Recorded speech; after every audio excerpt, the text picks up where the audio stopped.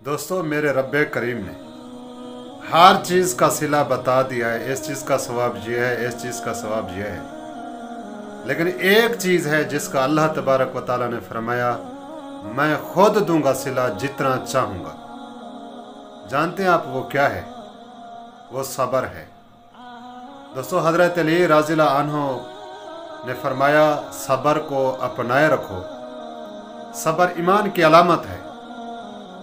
सब्र की हैसियत ऐसी है जैसे सार की हैसियत पूरे जिस्म में। जिस शख्स में सब्र नहीं होता उसके ईमान की मिसाल ऐसी है जैसे बदन तो हो लेकिन उस पर सर ना हो।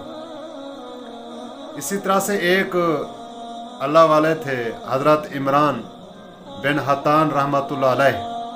आप रहमतुल्लाह अलैह की बीवी बहुत ही खूबसूरत थी, जबकि खुद पिस्ता कद और बद शक्ल थे। एक दिन आप रहमतुल्लाह अलैह की बीवी ने आप रहमतुल्लाह अलैह से कहा, ऐ इमरान, मुझे लगता है हम दोनों जनती हैं।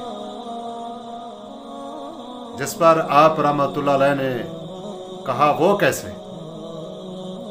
बीवी ने कहा, आपको मुझ जैसी खूबसूरत बीवी मिली जिस पर आप अल्लाह के शुक्रगुजार हैं, और मेरी आप जैसे शोहर के ज़रिए आजमाइश हुई जिस पर मैंने सब्र किया।